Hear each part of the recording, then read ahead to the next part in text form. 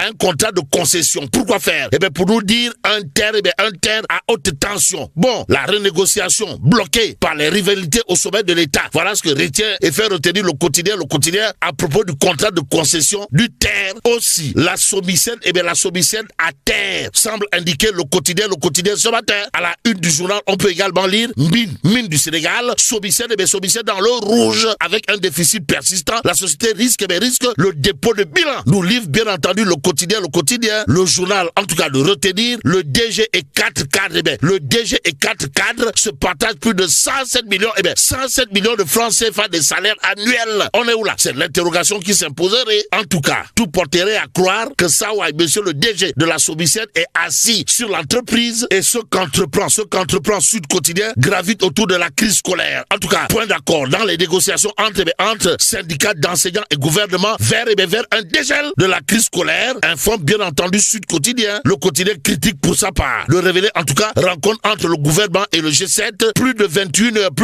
heures de négociations sans accord. Au même moment dans Critique Quotidien, c'est le secrétaire général de l'Organisation des instituteurs du Sénégal, OIS, qui tape du poing sur la table. En tout cas, Ngaraf plaide la révalorisation de la fonction enseignante. Nous livre bien entendu critique le journal de nous livrer, le journal d'afficher les propos les propos de Babacar Mbaye Ngaraf, des propos Kouroubaïfal de Babacar Mbaye Ngaraf, qui n'a pas manqué de dire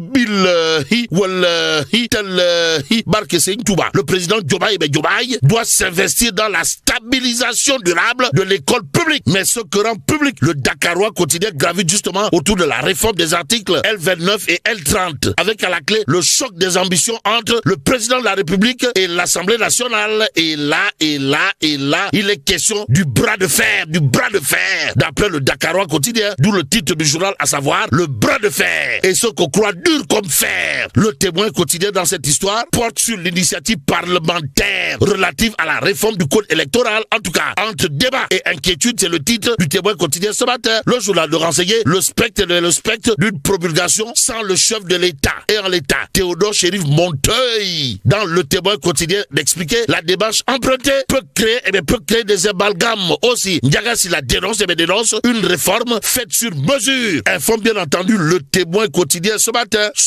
Le journal trentenaire est piloté de main de maître par Amadou Lidjom, mon ami, mon frère, de s'intéresser au centenaire de Abdoulaye Wade, ou le père du libéralisme africain. En tout cas, on se dirige vers une célébration nationale du Gorgui national, international, universel, mondial.